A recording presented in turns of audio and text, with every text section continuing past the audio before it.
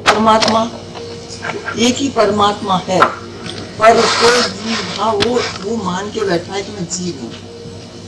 वो जीव मान के बैठा है, जैसे एक चौकीदार है, वो मान के बैठा है मैं चौकीदार हूँ, तो चौकीदारी का काम करता है, चौकीदारी का तभी तो काम करता। पर वो कहे कि नहीं, वो पहन उसने जो थी राजा की ड्रेस पहन ली थी, राजा था और उसने चौकीदार की ड्रेस पहन ली, तो वो कर्म करने लगा, तभी तो काम।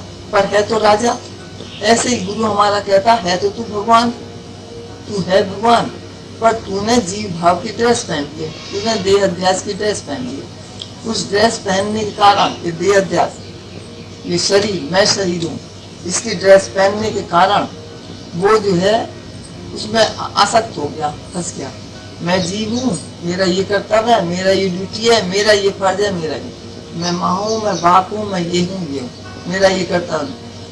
वो है परमात्मा, परमात्मा ने ये ड्रेस पहनी। एक ही एक परमात्मा है तो एक ही एक परमात्मा, पर वो कहीं कोई ड्रेस पहन के बैठा, कहीं कोई भी ड्रेस पहन के बैठा। ये सिर्फ जीव भाव में, जीव पने में आकर वो अपने को कर्ता और भोक्ता मानने लगता है।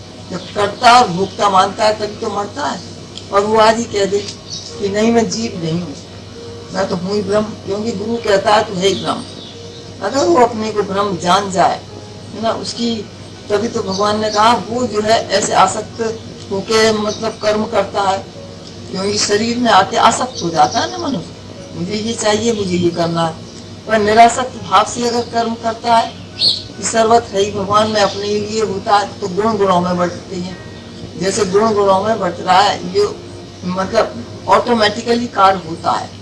निष्काम कर्म तभी हो सकता है जब आप ये समझें कि जहाँ तहाँ मैं ही तो हूँ, मैं अपने ही लिए कार्य करता हूँ, मेरे लिए सारे हो रहा है, तो वो ऑटोमेटिकली कार्य होते हैं। तो आप देखेंगे जब मैं करता हूँ, पहले तो आपको अपने गॉड उत्पन्न में आना पड़ेगा, परमात्मा पड़ेगा, भगवान।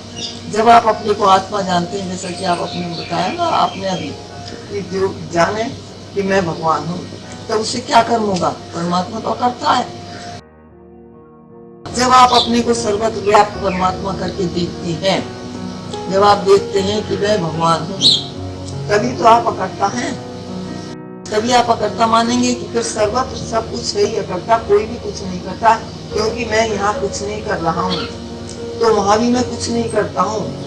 तो प्रकृति अपने गुण गुणों के अनुसार बढ़ रही है, अपने स्वभाव के अनुसार बढ़ रहा है, पर मैं कुछ नहीं करता हूँ। जब वो अपने को ऐसा जानेगा, अपने को, तभी वो सर्वत्र ऐसा जान सकता है।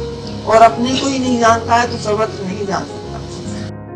जब तक कि अपने को देह अध्यास से नहीं छुटा देता है, ये मैं ये हूँ, मैं ये हूँ, जीव पने से नहीं छूटेगा, ये देह अध्यास से नहीं छूटेगा जब तक मनुष्य ये जो संस्कार लेके आया है, पहले लेके कि मैं जीव हूँ, यही तो बताया सबने, तो वो जीव पक्का, जीव बना उसका पक्का हो गया।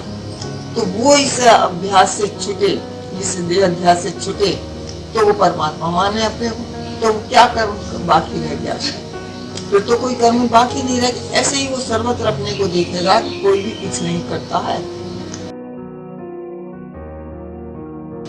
ना।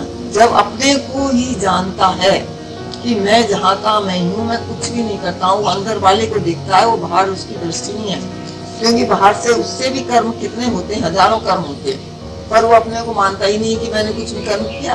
क्या मानता है? यानी कभी भी नहीं कहता है कि मैंने कुछ किया। जो जाने मैं कुछ करता तब लग गर्भ दूध में फिरता, तो ऐसा मानता ही नहीं है मैंने कुछ किया, क्योंकि वो तो है ही आत्मा में, है ही, वो तो आत्मा है ही परमात्मा। जिसने ऐसा जान लिया है कि मैं हूँ भगवान, मैं हूँ परमात्मा, तो कैसे मानेगा कि ये कुछ करता है सामने वाला? वो तो यही कहता है कि नहीं, कोई भी कुछ नहीं कर रहा, प्रकृति जो है गुण गुणों में ऑटोमेटिक बढ़ रही है।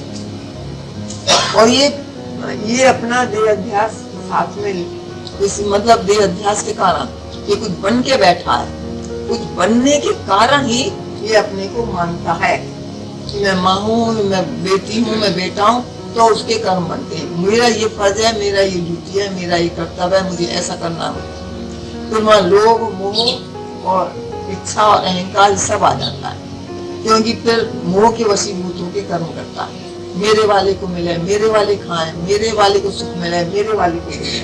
तो वहाँ मोह के वशीभूत होके मैं हूँ और मेरे वाला है, तो कर्म बढ़ते जाते हैं उसके से। पर यहाँ गुरु कहता है ना तू है ना तेरे वाला है, तू ही नहीं है, पहले पहले इस शरीर को ही खलास कर देता। वो तो आत्म दृष्टि है ना उसकी तो आत्म दृष्टि है, तो वो आत्मा करके देखता है। तो ये जीव बनने में जो आ गया था, तुझे भूल से ये मानने लगा था कि मैं ये देह हूँ, भूल से तू मानने लगा था मैं ये हूँ, ये हूँ, ये हूँ। अपने को भूल गया था, अपने स्वरूप को तू भूल गया था। तो तू पहले वाले स्वरूप की याद दिलाता है कि तू कौन है, तू ये देह ही नहीं है, तू क्यों मान के बैठा है मैं देह। तो फिर बार बार वो जो है गुरु ही, जो ब्रह्म ज्ञानी है, वो इस मतलब इस देह की आसक्तियों से छुड़ा सकता है।